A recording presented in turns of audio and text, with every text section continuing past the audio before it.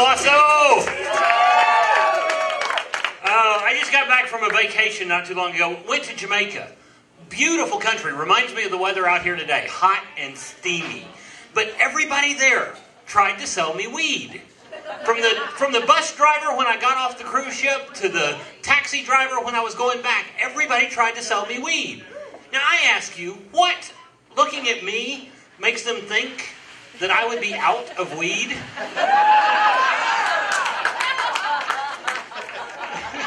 And I don't smoke weed anymore, and it's not because I don't like it, it's because I don't see the need to. I already think everything I say is funny. And I've got a body made by munchies.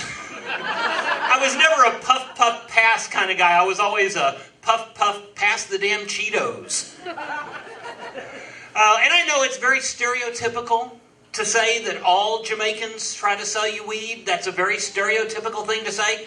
But I believe in stereotypes. I think stereotypes exist for a reason. And every time I say that, somebody goes, I know so-and-so who doesn't fit that stereotype. Of course you do. If you didn't, it wouldn't be called a stereotype. It would be called a fact. I'm sure somewhere there's an Asian woman who can drive and did not graduate the top of her class. I'm sure somewhere there's a black man who is on time and can swim. I'm sure somewhere there is a Mexican who lives by himself and never carpools.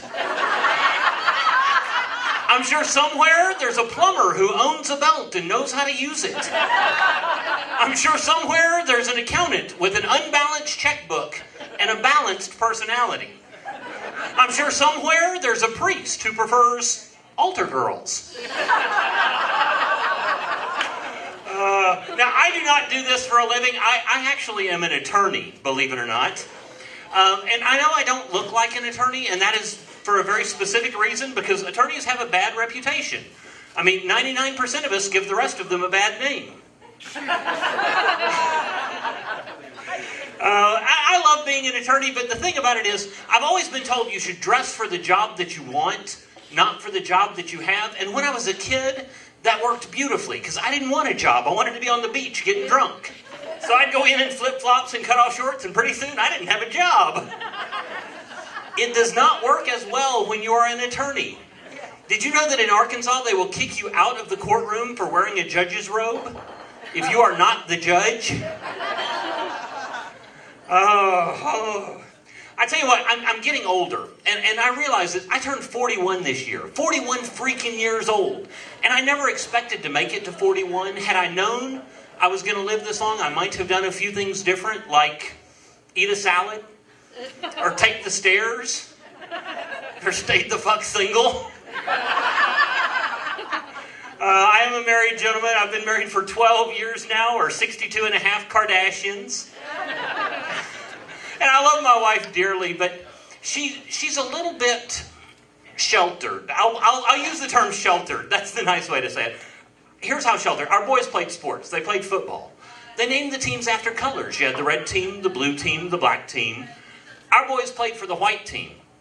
My wife thought it would be a good idea to put on their t-shirts, white power.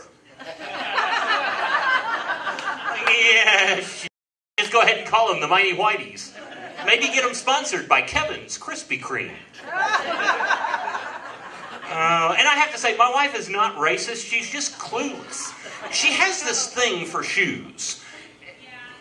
She says if the shoe fits, buy it in 3 colors and 2 heel sizes. And I will never understand why you ladies will pay hundreds of dollars for these designer name brand shoes, because you're not doing it for us guys. Because if you are ever interested in a guy who knows the difference between patent leather peep-toe Jimmy Choos and platform peep-toe Christian Louboutins, he's not interested in you. It's the shoes. Or maybe your little brother, but it is definitely not you. And I just don't know what women think sometimes. They use different terms than we do as guys. My wife sent me out to the garage the other day to grab her clutch out of the car. It took me an hour to explain to her she drove an automatic.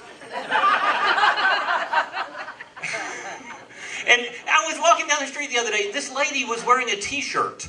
Deep V-cut t-shirt, said Guess across the front. I was not thinking of a designer name brand. I'm thinking you're almost 50 and those aren't at your waist. I'm going to guess silicone. Oh. Now, I grew up in an interesting household. It was kind of a split household. My mother was college educated, and my father was a redneck, which means we went to both the theater and the tractor pull. And so I guess I come by my mixed personality fairly easily. I am, like I said, I'm an attorney, actually graduated in the top of my class. Woohoo! But I'm also a dyed-in-the-wool tattooed Harley-Davidson rider. Which means that I know that whether I'm at the bar or the golf course, I may have to kick my ass out of there because I don't want my type around there. Now, I've got this buddy of mine. He's tattooed from head to toe. Every inch of him is almost covered with a tattoo. And he has this little butterfly tattoo right here on his hand. I'm like, dude, you're a biker. What in the hell are you doing with a butterfly right here on your hand? Every tattoo you have has some kind of meaning. What the hell is the butterfly? He went, oh, that's my tramp stamp.